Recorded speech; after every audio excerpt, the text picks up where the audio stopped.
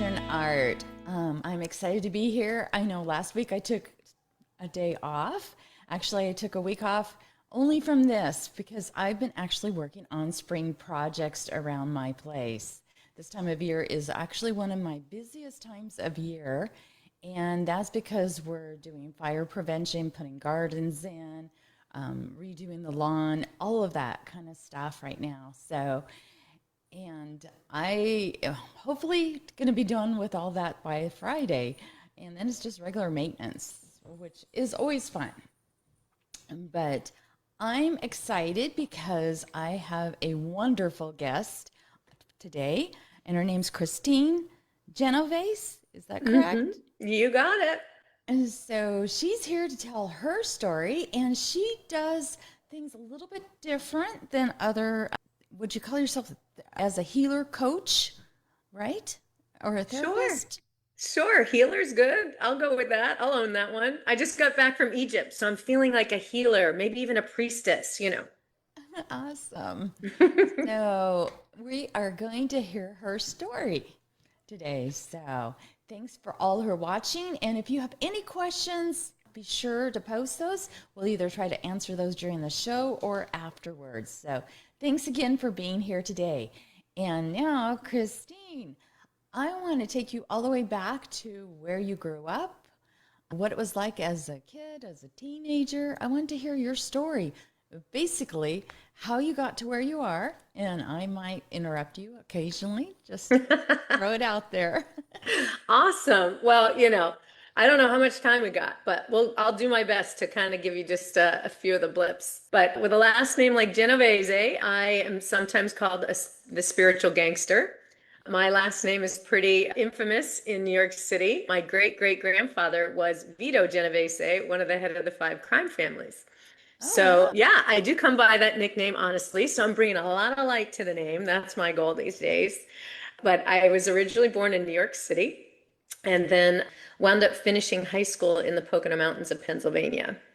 And, I grew up with an alcoholic parent. And so that really kind of taught me a lot about the fact that I was empathic, right? I didn't realize I was empathic until I started to not feel good around my dad.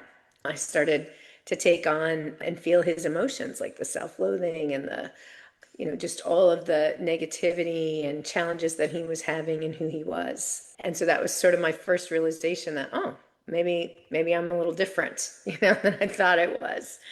So I had a pretty challenging growing up. My mom was always my rock, my anchor. She worked two jobs and she's still my bestie today. As a matter of fact, I dedicated my book to her. And she snowbirds with me. She's up in the Poconos right now, but she tends to spend her winters in Florida with me. And she's a great lady, great listener. I do, in growing up, I also had to learn a really tough lesson, right? I think the one that really stayed with me most of my life is the self-abandonment wound, right? And what that means is, from growing up with that kind of a parent, I wasn't okay unless he was okay. So if you're okay, I'm okay. If you're not okay, I'm not okay. And he wasn't okay most of the time. So I grew up with my, nervous system always in fight or flight, like ready for the next drama, the next crisis, and how do I respond to that? And I do have a brother who's 3 years younger than me, so I also had to kind of look out for him. And, mom holding down two jobs was trying to keep us afloat. So it was a little challenging, in terms of my growing up years, my formative years.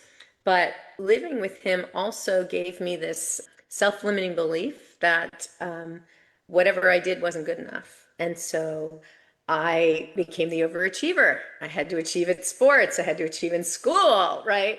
And that self-limiting belief actually served me really well in my career.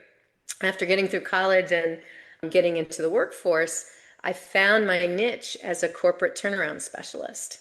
So I would figure out what people, process, or technology wasn't working and how to get the company to achieve their revenue goals, or, whether that would be to sell or to grow. And, I always met or exceeded expectations. So I got promoted and ran up the corporate ladder and had a lot of success.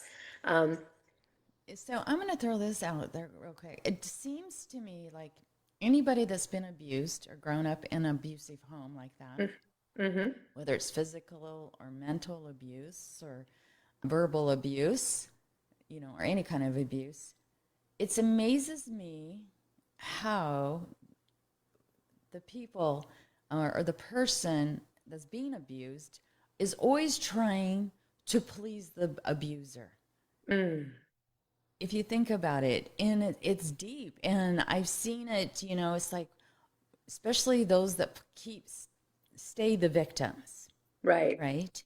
Mm. Yes, we've all been victims, but we don't stay there, right? But there's a lot of people that do stay there, but those that stay the victim, it's like they're always trying to please that person. The Yeah. person that is abusive to them, who's always negative, always tears them down, and overachieve or become Mm-hmm. that perfectionist. Yeah. Yeah, I mean, is that what you kind of noticed? I mean, did your brother try to overachieve too, or did he get? And then in some families, I know, it's like there could be siblings, and only one of them it was picked on, and the rest were left alone. Mm.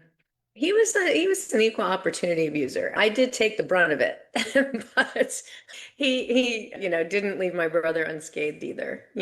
But I think the issue for me, I have noticed that pattern, right? And you're doing it because you want to receive love, right? Especially from your parents. And so the only way to get love was to be either that perfect person or that overachiever, because then they would brag about you, right? To other people, not to you, but Right? to No, not to everybody you. else, No, you're right? the horrible person. So you're the horrible child that. Yeah, exactly. But I will say, although that belief really served me in the corporate world, it didn't serve me in my personal life. What I did is I wound up choosing partners who would underdo because I would overdo. And then I would be upset, like, well, why aren't my needs getting met? I'm not even on the to-do list. I'm not even a thought. And then it took a very long time for me to realize, oh, that's because you invited this individual into your life because that's where your state of mind was. That's what you believed you deserved. That's what you attracted. That's what you manifested. And so it's kind of, looking at your own healing journey. And I really do believe healer heal thyself, right? You have to go through your own journey first to be able to have a level of perspective to be able to help other people through similar situations. Oh yeah. So, I think I graduated from, victim, villain, hero consciousness a long time ago. And I really believe I hang out in the next level, which is really like life university. Life is happening for me, not to me. And then when you have those challenging personalities in your life, you realize that you learn from sharp edges, not the round corners. And so you start to go, oh, that's why that affected me. It's not them. They're showing me what I need to heal within myself still, or where I still have a little bit more work to do. Right. And you kind of get to a place where you understand why that happened. The next level of consciousness actually for me is like life is happening through me. And so that's kind of when I'm doing my soul intelligence work, my soul intelligence sessions. I just feel this divine presence come through me. It's the same thing I feel when I'm writing, right? Or you're in that flow state. You just feel connected to a higher power and you feel that the wisdom coming through you is coming from somewhere else. And then the last I state for want to me, interrupt you real quick here. oh, sure. Just to Yeah. say hi to Ika, Lori, Susan, Sue, and anybody else that is watching. I appreciate you. And let me see, Ika had made a comment. Oh boy, does that hit home? You are Ah, literally telling my story growing up. oh, wow. And because that's the currency that makes the world go round for the abused. So, Yeah. Well, I actually wrote an article for Best Holistic Life. It's out in this, well, May's issue, the current issue. And it's called Healing the Unseen, the childhood wounds that are running your life, and then, how to clear them energetically. And the first one, like I said, was abandonment. So I don't know, you want to take a quiz, a quick inventory? See how we stack up? I got a 7 out of 7. So usually a few stand out more so than others, but I did get a perfect score. You want to take it? sure. Okay, so the first one I've already talked about, the self-abandonment, where like safety felt inconsistent and love felt uncertain. And as a child, you learn that people leave you either emotionally or physically. So as an adult, you can cling or overgive or detach or leave first. And your nervous system learned that closeness isn't safe. So that's number one. Number two, emotional neglect. Your inner world went unseen and you learned to take care of yourself, like self-soothe too early, and your needs felt inconvenient. So as an adult, you might struggle to ask for help, maybe even feel lonely when you are in connection because your system learned like your needs weren't safe to express. I think we probably know number three, conditional love. It was based on behavior. Approval had to be earned. So you kind of got afraid of making mistakes, right? You felt unsafe. So that's really where that people pleasing comes in as an adult, or overworking, or that fear of disappointing others. Love feels like something that has to be deserved. Number four, chaos or instability. Obviously, the home being unpredictable emotionally, walking on eggshells. Calm felt unfamiliar, so you were constantly on alert. So as an adult, you might confuse intensity with connection and peace with boredom because your body learned that chaos was totally normal. Number five, criticism or shame. Your mistakes felt dangerous, encouragement was rare, support was limited. So as an adult, you chase perfection and live with that inner critic in your ear. The next one, number six, emotional enmeshment. Oh, this has got to be my number two. You carried adult emotions as a kid and you became the fixer. Oh my God, my whole career, the fixer. Your needs came last. So as an adult, you attract these emotionally unavailable people and you struggle with boundaries. And love meant really losing yourself. And the last one is lack of safety, right? Protection was missing. Hypervigilance became normal. Rest felt risky. So as an adult, you may even struggle to relax or trust or soften because your nervous system never learned safety. So I want to share with that before you're like, oh my gosh, I got 7 out of 7 too. Okay, you're not broken, you're just conditioned, right? You're Right. not too sensitive or a hot mess. You adapted. So your nervous system really was designed to keep you alive, and that's what it did. Well, and So, it helps explain what sometimes you're going through as an adult. So absolutely, absolutely. those are So great questions for everyone. And yeah, I'll admit it was at least 6 out of 7. pretty good, pretty good. But it's really fascinating when you look at that, right? Like how formative we are in those first few years growing up. And then what you start to believe, and then what you start to invite in, because that's how our body works, right? Emotion is energy in motion. And when emotion gets trapped in the body, that's when it pools and it causes dis-ease, dysfunction, or a dissonance in your frequency. And that's when usually we have to go to the doctor because something's finally shown up in the physical, right? So I work with functional medicine doctors who are helping people to heal in the physical, mostly chronic conditions. That's about 85% of the visits for doctors today. And I'm working on the mental and emotional component, right? Because we know you got to heal it on all levels holistically in order to feel really good. Oh yeah, So people don't I, realize how much stress and different things affect our bodies and can make us sick or sicker. It's kind of like if you look at cancer victims, a child will heal faster than an adult usually mhm. because they're not thinking of stress and they don't have all the life stuff they're going through. They feel loved, so they heal faster, which brings me to another question before we go further. Okay, I'm taking sure. you keep taking you back here a little bit. That's okay. What did you do as an outlet, though, growing up when you were going through these emotions and these different being abused, verbally, or how did you cope with it? I was very fortunate in that I threw myself into sports.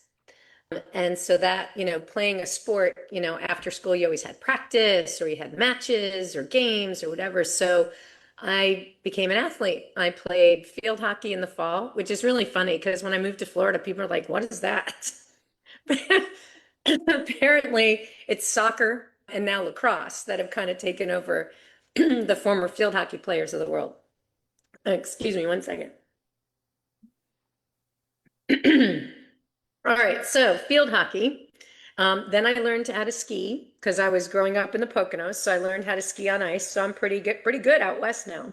Awesome. And in the spring, I played softball, and in the summer, I was a lifeguard and I swam. So I kept myself busy physically.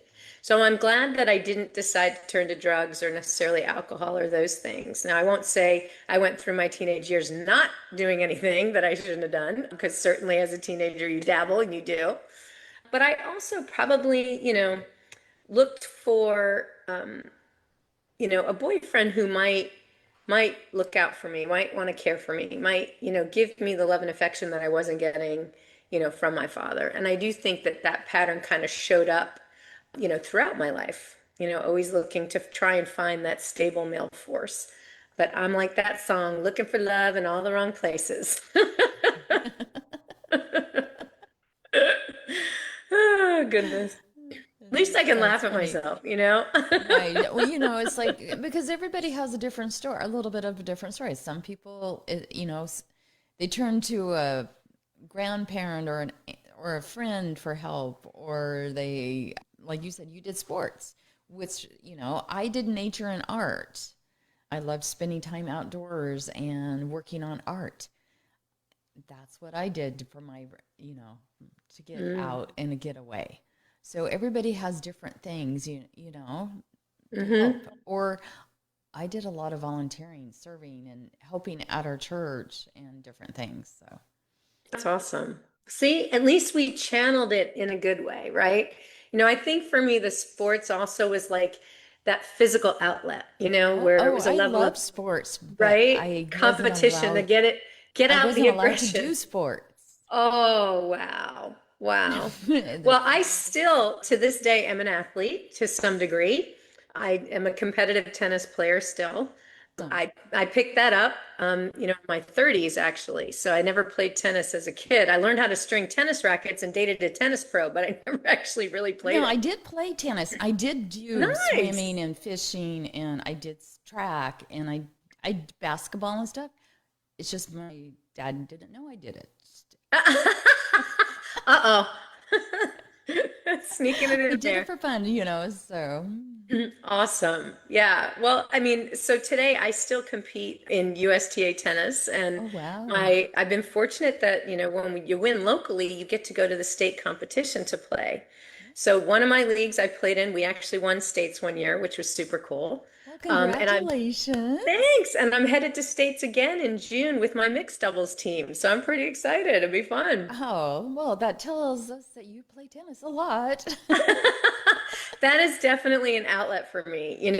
Golf is just kind of like fun and easy, and I don't really take it seriously, or pickleball, right? I'm still serious about tennis, and then I do still love to ski. So I've kept that little athletic outlet for myself. That's awesome. Hmm. It's like I've done all those kind of things, which I love. I just do them for fun, not competition. But the main thing I do now is hiking. So, but it's great because tennis, you're outdoors right? Hmm. I see Yeah, getting that definitely. I'm fresh in air. Florida, so we get to play year round, which makes it really easy.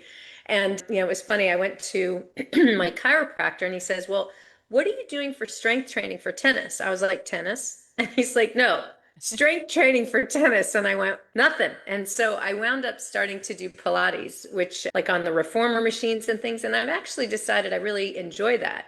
Even though it's a group class, you're kind of individual on the machines. And that's also really helped me, I think, feel better and kind of get my body in the best shape that it's been in. So feeling pretty good, feeling pretty good overall. Awesome. So so you went from a teenager and then you kind of went into how did you end up into the corporate world doing what you did? Is that what your studies were in, or how did you get there? My studies were in speech communication. That was what I did undergrad. And it landed me in the field of higher education. So I worked for colleges and universities, and then I worked for companies that supported colleges and universities. So it kind of, just wove my way into it. And I always believed in the power of higher education, like helping people, get to their dream. What do they really want to do with their life? And so that was pretty fulfilling. And that I stayed in that field until March 12th of 2020, when the world came to a screeching halt, my world and everybody's world. And I was plucked out of corporate America unexpectedly. And given, told for the first time in my career that my services were no longer needed, which was a shock because I had just gotten a performance bonus. So, a shock of my lifetime. And it was really the divine's hand pulling me out of corporate America. I was fortunate enough to get a 9-month runway. And the timing to birth something new is, not lost on me, but basically gave me time to go within and really pay attention to some great advice that a friend gave me. You go through all those panic stages of, oh my gosh, the world's shutting down. What am I going to do? How am I going to keep everything up? And but she said, rather than going into what you've always done, why don't you do what you really feel called to do? Why don't you do for the next chapter something that, you know, you really feel is, going to make a difference? And, although higher education did that for me for a long time, that's really when the soul intelligence method came through. And my next chapter has been working in the field of functional medicine and integrative medicine, incorporating energy medicine with nutraceuticals and nutrition. Because so I still have one foot in the corporate world as the chief growth officer for Nutritional Frontiers. So I've learned a lot about supplements and vitamins and healthy shakes and the importance of what you put into your body to help it heal in the physical. And I partner with functional medicine doctors now to help people heal holistically, physically, mentally, emotionally, ultimately energetically. And so I feel like, I'm finally operating in my zone of genius, not just my zone of excellence. So that's amazing. I mean, there is a lot to that. So my mom used to run a health food store, a little, sell the vitamins and different things. And I actually have always done a lot of research on it because I have always believed in cooking from scratch. Grew up on farms and stuff. And then when I was diagnosed with my tumors many, many years ago, one of the things my one doctor said, make sure you always eat healthy, you know, from scratch, read those labels. And I've always done that. Doesn't mean I don't eat some candy here and there, Chocolate's good for you. I believe chocolate's one of those vitamins. It's a plant, right? It is. It's totally good for you. So I love it. I love that you combine and do all of that together because it's not just one thing. You can't just say you're going to get healthy and then you don't eat healthy. You eat all packaged stuff, don't read your ingredients and then wonder what's wrong. Or you're eating healthy and sitting on the couch and not doing any exercise. So, or you're putting yourself in situations where your mental health isn't good. So Right. I love how you're doing this combination, and just the title of what you do to me was very interesting. So if you want to explain a little bit of that. Sure, absolutely. Well, soul intelligence, right? We can all relate to IQ, right? We know the smarts. I think we get that one. EQ was kind of popular, when we were coming of age, I guess, kind of, and we entering the workforce. Emotional intelligence was all about how you say what you say is equally as important to what's coming out, right? SQ is what I call soul intelligence. It's really tapping into that inner knowing. And in order to get to that level, you have to be quiet enough to hear the messages, right? I'm a big fan of prayer. That is, sending the signal out. But I am meditation too. is excellent. Meditation is listening for those answers to come back in. So I believe they go hand in hand. And so I developed a method called soul intelligence. And it is based in the science of bioenergetics, which is pretty much what we've been talking about, the correlation between your physical well-being and your mental and emotional well-being. It was documented in the 1950s by Dr. Alexander Lowen. And basically what it says is if physically you're not doing so hot, then mentally and emotionally you're not doing so hot either, right? And vice versa. So to me, it's kind of common sense. But it shows you how when energy gets trapped, okay, it pools in the body, and that's when it causes dis-ease, dysfunction, or dissonance in the frequency, and we pay attention.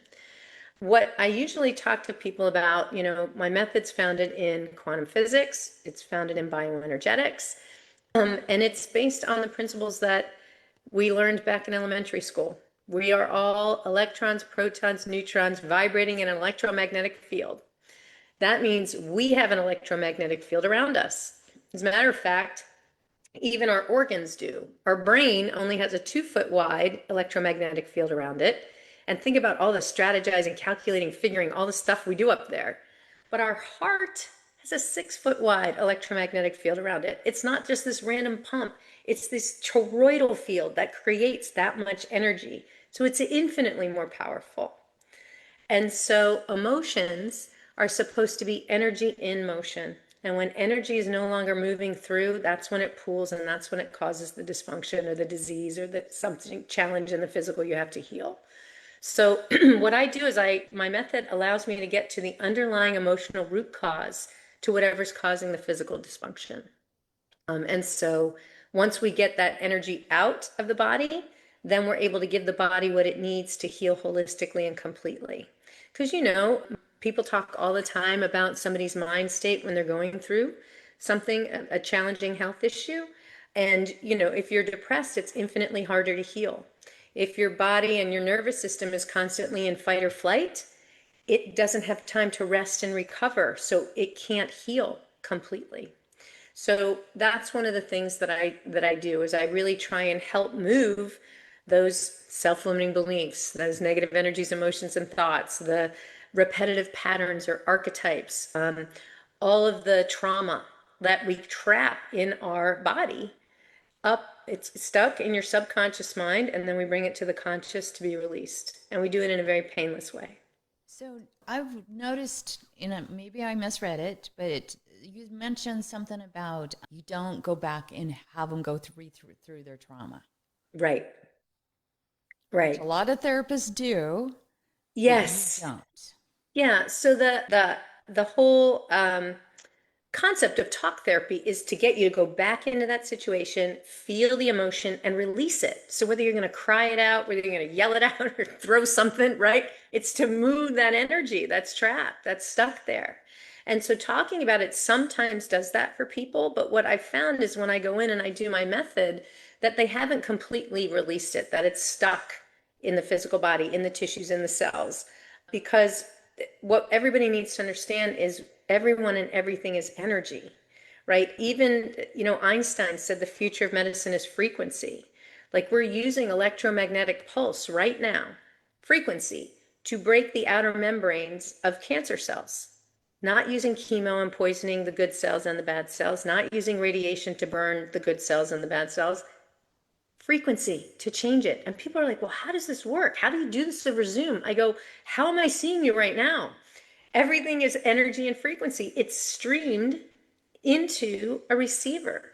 So whether that's your computer, your phone, we take that for granted. Music, energy and frequency. We are energy and frequency. And I think the more people, we forget that because we're physical, we're corporal, and we can't see ourselves vibrating as this, electrical signature. But that's essentially what we are.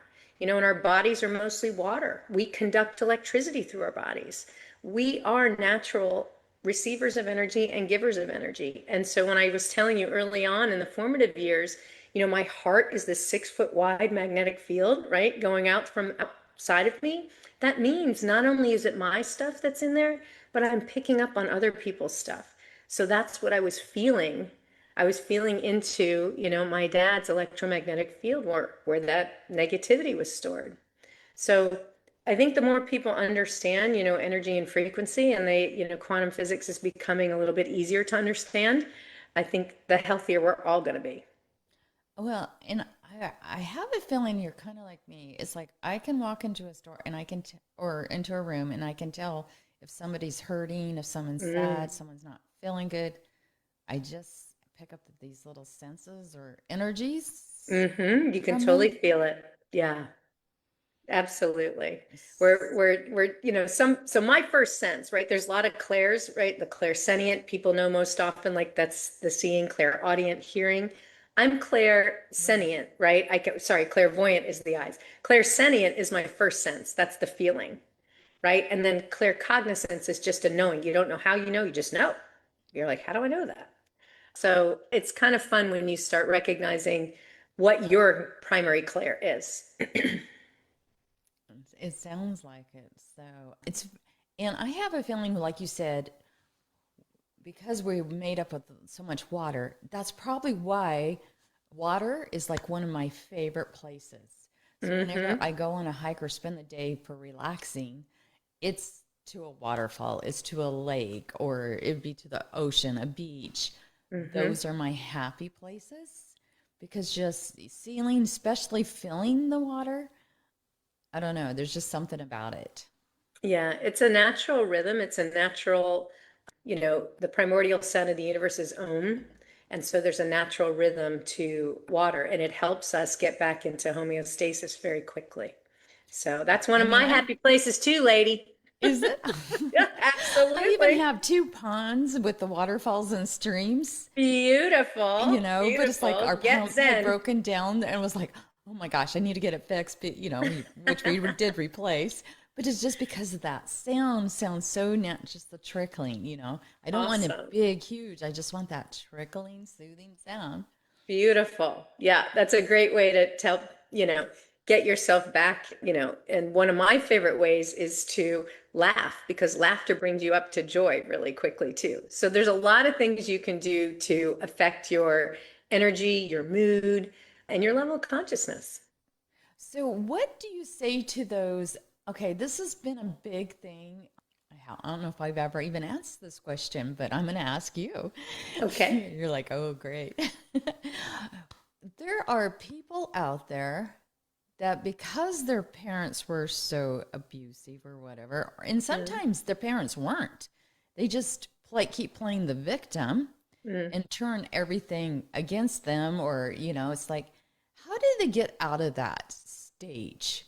Because what I see is like all these, it's a certain age group there's like, well, I'm no longer going to have anything to do with my parents mm. or anything to do with this person Yeah, instead of working on them, because that's how they work on themselves.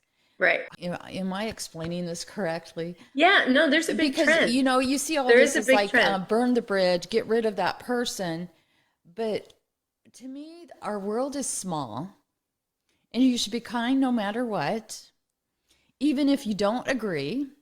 Mm, Doesn't mean I spend a lot of time with that person if right. I don't agree with them, but doesn't mean I would totally I hate their deeds, not the Mm, person. right.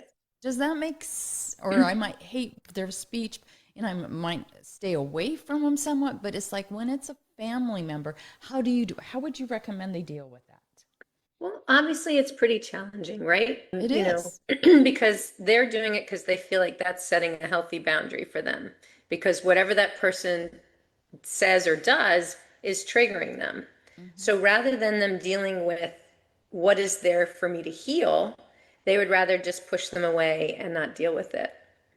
And so in their mind, it's setting a healthy boundary. But what it's doing is it's going to cause them to stay in that state of suffering longer rather than going within and going, oh, well, what are they showing me that I need to heal? What is it that they do or say that triggers me? And that's what I was trying to tell you. There's those four levels of consciousness. And the lowest level is really the story, the victim, villain, hero, right? The he said, the she said, the drama, that part. And Right. what you have to do is kind of take one step above that and go, okay, what's there here for me to learn about me? Life University. Because no matter what situation comes up, what person, it's actually there for you to learn something, right? And to go, oh, I've advanced. That doesn't bother me anymore. That doesn't trigger me anymore. It's very painful because it seems to be a trend, especially within families with children not wanting to talk to parents and things like that. I've seen it in the last year, 2 years. I've had, I don't know how, numerous people complain Mm-hmm. about not being able to, on both sides of the story, but not being able to see their own grandkids because Yeah. the kid's mad at them or something. And Yeah, when it's you're kind of a using form of punishment, right? It's yeah, kind of a it's form like of using the punishment. kids as a weapon Yeah. and not really listening when the person, to me, it's everybody has a different perspective. And, depending on what you're coming from. yes, nobody's perfect. But So if we one of the stay things, there and blame everybody, we're always the victim. And I love your approach where you're saying, this here is our chance to look deeper at ourselves to yeah. like, okay, why are we responding this way? Hmm. And I love it. And I think more people need to do that. Look at it instead of like, okay, I'm going to disown this person. I'm never going to see this person. I'm not going to let you see my kids, your grandkids again. And I understand if it was, sexual abuse or something so horrible. I understand not letting them be So, near. so I think on your part, like if this is happening to you, Not is right. or It's someone, not me, but but I've just heard, a this lot is of the people. horror So stories I've if heard in the right, last if year. someone's in that position, like what can you do, right? On an energetic level. Well, first of all, you can respect their boundaries, and if they don't want contact, don't contact. But what you can do from an energetic level is just send them like unconditional love. And for me, that is just wonderful pink light. It's kind of like the back of the heart is unconditional love to me. The front of the heart is usually green for healing and but the back of the heart is unconditional love. And just, especially if it's a child, just, every day, just envision them and just say, I loved you from the moment you're born. I will love you until your last breath. I love you. There's also the Hawaiian Ho'oponopono prayer that you can also send out. But you can do those things on an energetic level. And at some point, there could be a situation where they could come back to you. Now, Otherwise, you can look at, well, maybe this wasn't really a healthy relationship for me either. If right. this And love is then conditional, maybe it's not a healthy relationship. So right. And again, then you can look at twisted you. it to where it's the younger, because Hmm, well, our followers are anywhere from 16 to 60 I gotcha. or 80. So Yeah, and it it's could be half either women way. and half men. So it's Hmm. such a mixed group. So then I want to throw it to back. Okay, if you're that young person in 20s or 30s, how do you make sure you don't become the victim always and make sure you're growing from it? Well, I think, we want to go through life without regrets. And, if you're the younger person, you might be thinking, well, when am I going to see them again? When they're really sick, when they're hurt, when they're on their deathbed? And can you live with that? Is it really that, is what happened to you that unforgivable? Because I really believe there's different levels of relationships, right? There's karmic relationships that teach you things, right? Sometimes, they're these soul family relationships and they're really loving and supportive. There's a twin flame relationship where you trigger each other's wounds as well as, the love component. Like there's lots of different levels of types of relationships that are out there. So my advice to a younger person who's maybe made this decision is to just really decide, you know, is what they did something so bad that you really don't want them in your life, or do you really want to work through what the hurt was that they caused?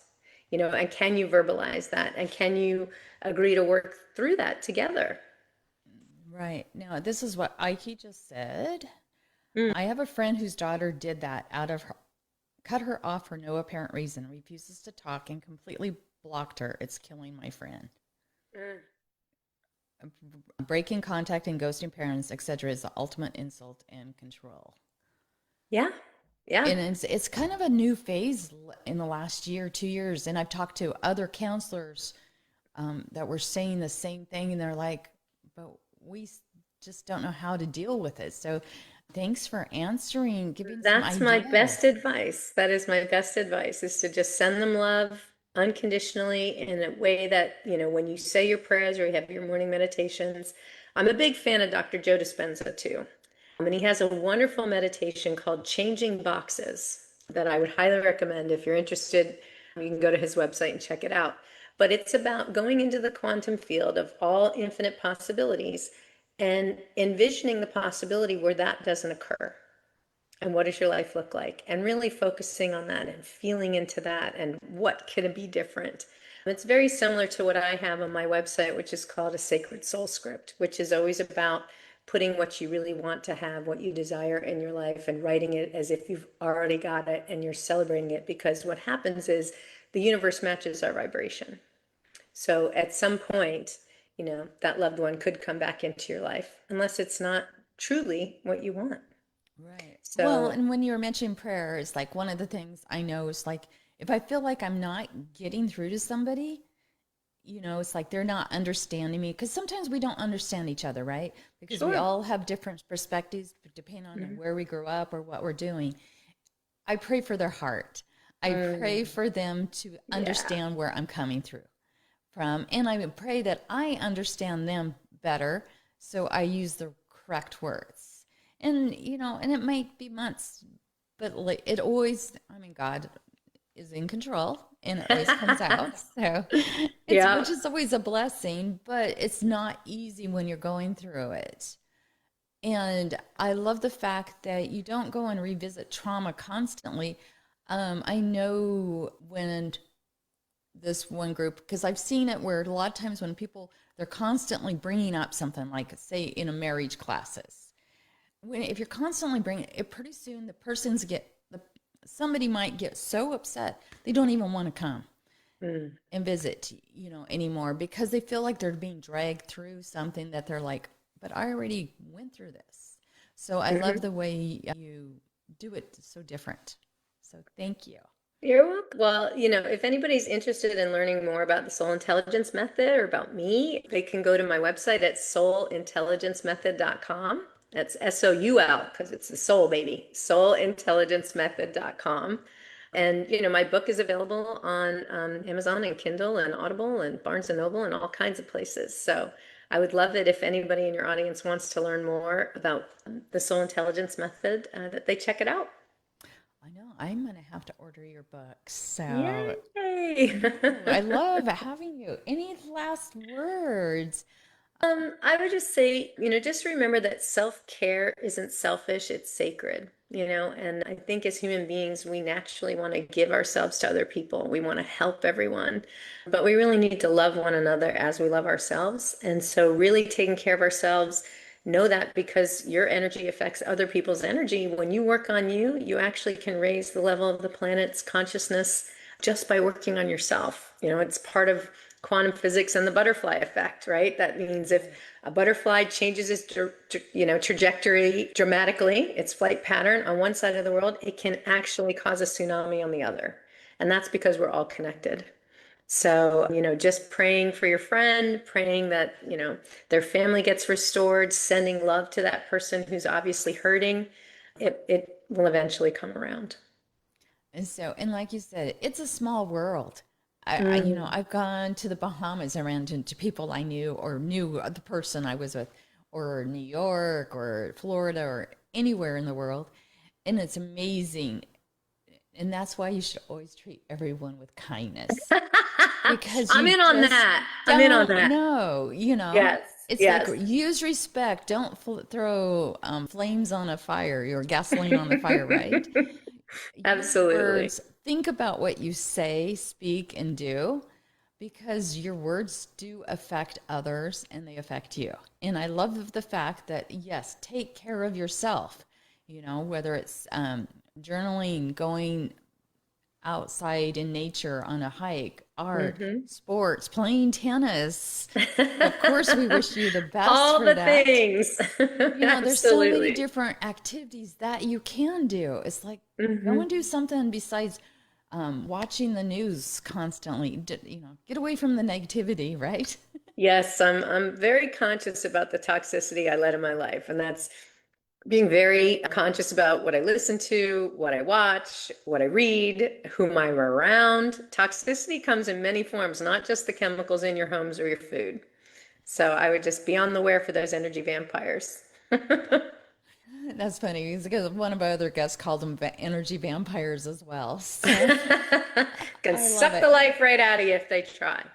They do. I Yeah. started noticing it more when he had mentioned it on the show. I was like, oh my gosh, you're right. They are Hmm. vampires, and I had never even heard that term before. All right. Well, thank you so much, Tammy, for having me. This was really fun. Well, thank you. And we're going to have you back on because you have such a beautiful energy about you. Oh, And thank I've you. learned so much today, and It's I so really fun. appreciate you. thank you for being part of the group, and you're welcome to post in the group. Thank you. Share your wisdom and your beautiful quotes and different things. We appreciate that. I want to thank each and every person who is watching. If watching later, because I know some of you have to work, we appreciate you for being here as well. And be sure to check out Kristine's website, and then be sure to check out mine, unlockingfreedominnature.com. And I have, which has links to my other sites as well. So, and I do have a retreat coming up in July.